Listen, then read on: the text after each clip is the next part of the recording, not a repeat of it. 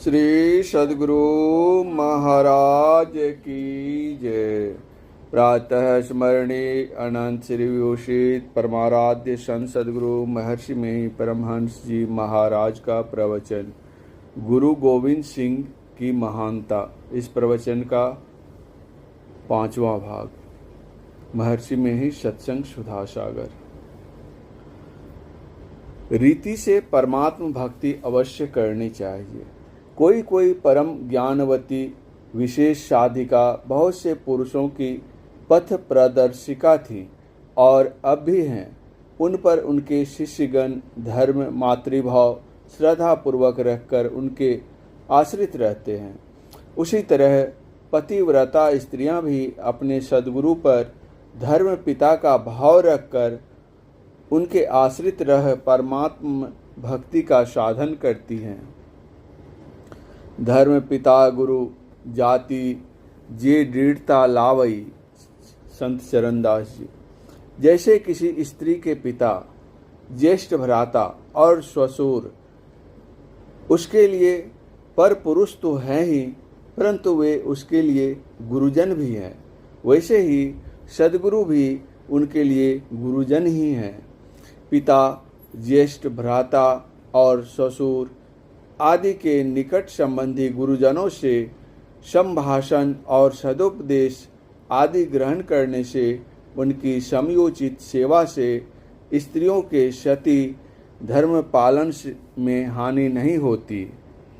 उसी तरह सद्गुरु से ज्ञान लाभ हेतु संभाषण से तथा उनकी समयोचित सेवा से स्त्रियों के सती धर्म पालन में हानि नहीं होती।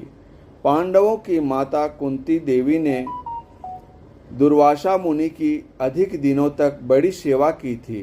दुर्वासा मुनि जी ने कुंती देवी जी को उस मंत्र की दीक्षा दी थी जिससे वह देवताओं को अपने पास बुला सकती थी, किंतु दूषित बुद्धि वालों के लिए तो पवित्र और उच्च संबंध में भी नीच भाव उपजे और तदनुकूल वे कर्म करें, इसमें आश्चर्य ही क्या है।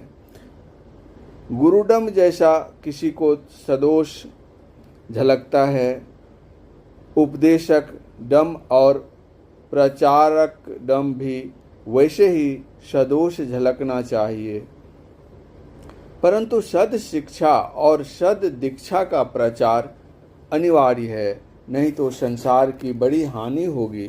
इसी तरह असद शिक्षा और असद दीक्षा के प्रचार का भी पूर्ण निवारण अत्यंत वांछनीय है, नहीं तो इससे भी संसार की बड़ी हानि होगी।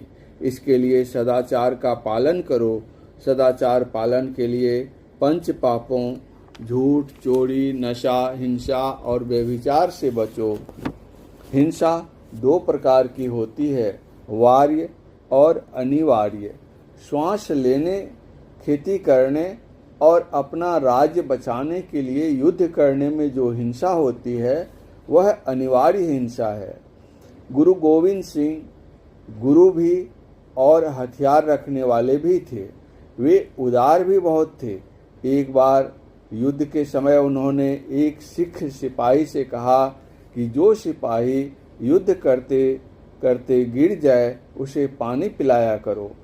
सिख ने उस आज्ञा को सिरोधार्य कर गिरे हुए सिपाहियों को पानी पिलाना शुरू किया। यहाँ तक कि वह शत्रु पक्ष के गिरे सिपाहियों को भी पानी पिलाता था। किसी दूसरे सिपाही ने कहा कि ए सिख, यह क्या कर रहा है? दुश्मनों को पानी क्यों पिलाता है? सिख ने उत्तर दिया, मैं अपना काम कर रहा हूँ, तू अपना काम कर। सिपाही ने गुरु गोविंद सिंह जी से जाकर यह बात कही और कहा कि पानी पीकर दुश्मन स्वस्थ होकर फिर हमसे युद्ध करने लगता है। गुरु गोविंद सिंह जी ने उस सिख को बुलाकर पूछा, क्या तुम ठीक ही दुश्मनों के गिरे सिपाहियों को भी पानी पिलाते हो? उन्होंने कहा, जी हुजूर। गुरु गोविंद सिंह जी ने कहा, ऐसा क्यों करते हो? सिपाही ने कहा, हुजूर ने ही तो कहा कि गिरे सिपाहियों को पानी पिलाया करो। हुजूर, जब तक वह लड़ता है तब तक वह मेरा दुश्मन है, किंतु जब वह गिर गया तब वह दुश्मन कहाँ रहा। गुरु गोविंद सिंह जी ने उनकी पीठ ठोकते हुए कहा, तू पानी पिलाया कर, तेरा विचार बड़ा पवित्र है। एक बार सिख सिपाहीगण दुश्मनों की कुछ स्त्रियों को कैद कर ले आए। गुरु गोविंद सिंह जी को जब यह मालूम हुआ तो बहुत बिगड़े और बोले, तुमको किसने सिखलाया कि दुश्मनों की स्त्रियों को कैद करो। सिखों ने कहा, दुश्मन तो ऐसा करते हैं। गुरु गोविंद सिंह जी ने कहा, दुश्मन यदि पाप करे तो हम भी पाप करें। जाओ, इन सब स्त्रियों को अच्छी तरह उनके घर पहुंचा दो। और फिर उन्होंने सख्त हिदायत कर दी कि आइंदे कभी ऐसा काम मत करना। सिखों ने उन स्त्रियों को उनके घर पहुंचा दिया। इस प्रकार इनके संबंध में और ऐसी कितनी ही घटनाएं हैं। गुरु गोविंद सिंह जी गुरु नानक देव जी की गद्दी के 10वें गुरु थे। शरण में आए की रक्षा करनी, स्त्रियों पर हाथ नहीं उठाना, कैद स्त्रियों को छुड़ाना आदि इनके काम थे। हाँ, तो मैं हिंसा के विषय में कह रहा था। संत मत नामर्द नहीं बनाता। चोर डकैत आवे उस पर वार करो, दुश्मन चढ़ावे तो उससे युद्ध करो, यह अनिवार्य हिंसा है। किंतु जिह्वा के लालच के लिए मांस खाओ, निशाना ठीक करने के लिए चिड़िया मारो, यह ठीक नहीं। प्रत्येक भोजन अपना अपना गुण रखता है। बकरे, पशु, पक्षी आदि सभी की देहों के गुण अलग अलग होते हैं। जहाँ मनुष्य शरीर को देवताओं के शरीर से भी विशेष कहा गया है, वहाँ निम्न श्रेणी के जीव जंतुओं के मांसों को अपने अंदर डालना अच्छा नहीं। निम्न श्रेणियों के जीव जंतुओं का मांस खाने से तुम्हारी बुद्धि दूषित हो जाएगी, उससे भजन नहीं बन सकता। मांस मछली खाने से बुद्धि तामसी हो जाएगी, इसलिए इसका त्याग करो। यदि कहो कि मांस मछली खाने की आज्ञा नहीं देते और युद्ध करने के लिए आज्ञा देते हो, यह कैसी बात है? तो इसके लिए रामायण की कथा प्रसिद्ध है। रावण के दल में सभी महिष खाए अरो मदिरा पाना वाले थे और श्री राम के दल में साग सब्जी और पत्ते खाने वाले। दोनों में लड़ाई होने पर साग सब्जी खाने वाले ही जीत गए। हाल में महात्मा गांधी जी और अंग्रेज की उपमा से भी जानिए, मस्तिष्क का बल देखिए। निरामिषाहारी महात्मा गांधी जी जीत गए और मांस मछली खाने वाले अंग्रेज हार गए। कितने गुरु ढीले होते हैं, वे कहते हैं कि मांस मछली खाना धीरे धीरे आप ही छोड़ देंगे। तो मैं कहता हूँ, भाई, जो मांस मछली खाना चाहो तो उनके पास जाओ, किंतु मेरी रुचि इसमें नहीं है और न मेरे गुरु महाराज की ही आज्ञा है कि मांस मछली खाया जाए। मांस मछली और सभी प्रकार के मदों को छोड़ो। मद तो बहुतक भांति का, ताहि न जाने कोय। तन मद, मन मद, जाति मद, माया मद सब लोय। विद्या मद और गुनहु मद, राज मद उन्मद। इतने मद को रद करे, तब पावे अनहद। कबीर साहब। भक्ति भी इस प्रकार का संयम होना चाहिए।